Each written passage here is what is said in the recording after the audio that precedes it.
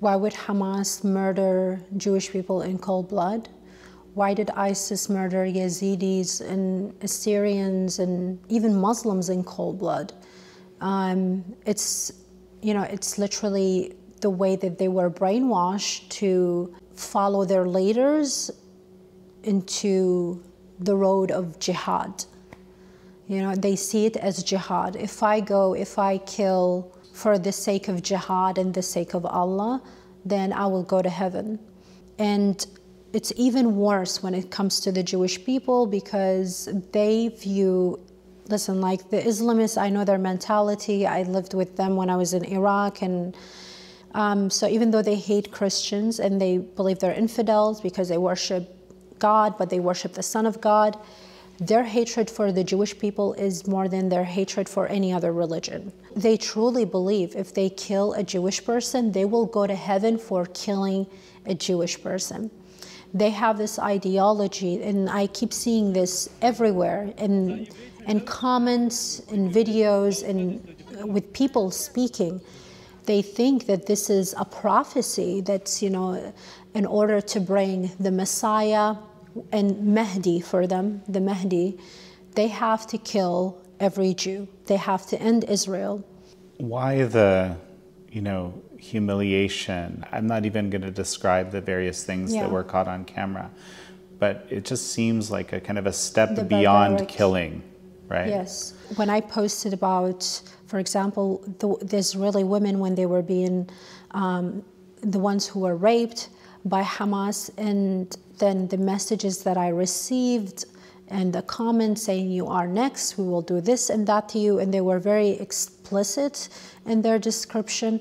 In the beginning, I couldn't understand, because how can you be a Muslim, but then you excuse raping women? Until I understood from reading message after message that for them, it is part of jihad to take sex slaves. They believe that women represent honor.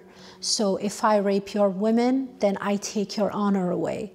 And this is what I understood, because they were telling me that in their messages. I will do this and that to you. And I'm like, what do you get out of this? How can you hate me?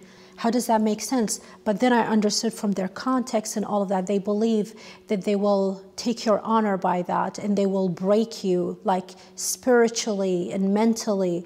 It's very, very barbaric, very monstrous ideology. That's just the sad reality of it. Since we're talking about ideology, let's talk about what's happening especially on campuses in the US now. If you hear chants from the river to the sea, we've heard gas the Jews. And a lot of these people I don't even think are Islamist or necessarily even Muslim that are chanting these things. So what's going on campuses, it's been going on for a while now. Basically, all these groups that are supported, I think funded by Muslim Brotherhood and by people with a lot of money. These are not just movements on campuses. I went to actually one of their meetings in UCLA, and they kicked me out, but I just wanted to observe and see who attended these meetings, and it was people who are 40 and 50 years old. Some of them looked like they were Salafi jihadists, like the beard, no mustache, and bringing their wives and whatnot. And I couldn't believe what I was seeing, because if this is about people on campus, who are those people that are coming to the campus, and why are they holding these meetings in secrecy, and why they're not allowing other students to come in, only the people who belong to the movement? I think what they're doing is that they are using the pain and the tragic history of many Americans here, and I would say mostly people on the left who stand against racism and who support movements like Black Lives Matter and all of that, because those people, they feel they've been oppressed for a long time in the country, so they tell them the same thing: guess what? We are being oppressed in Palestine by those European Jews who came from Europe, and we share the same pain, we share the same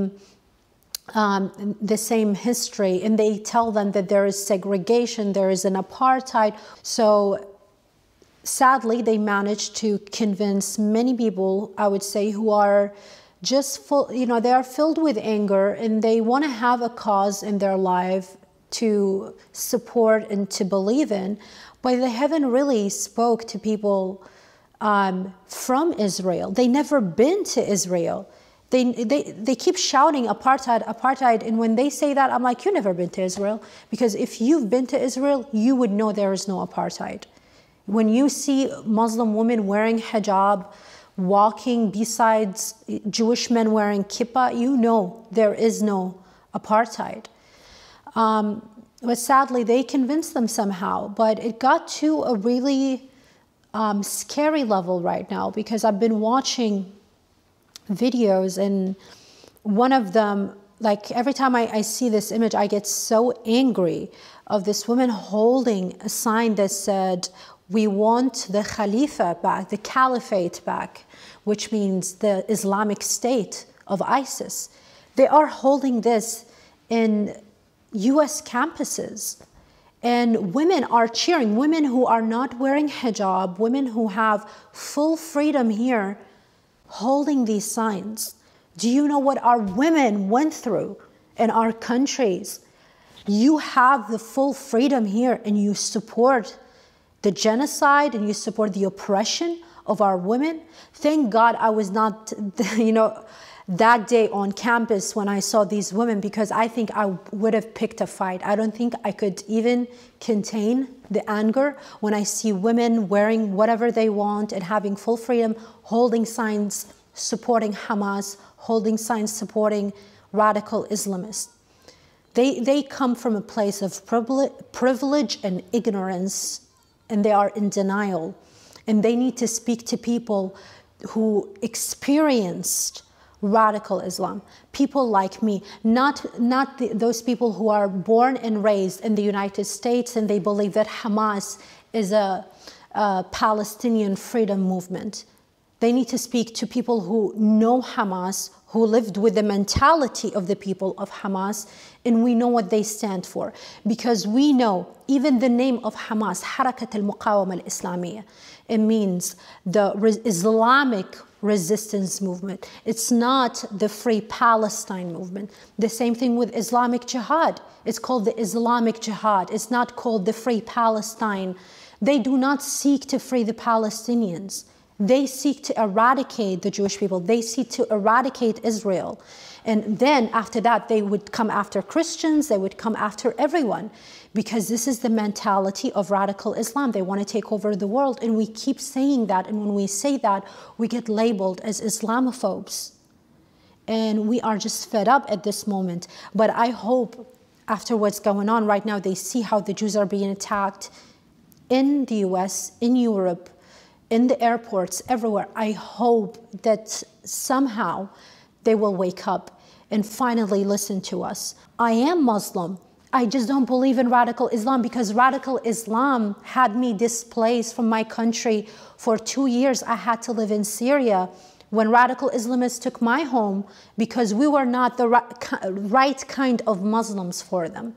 This is what they don't understand. They lived their whole life in the US, and they believe they know what oppression is.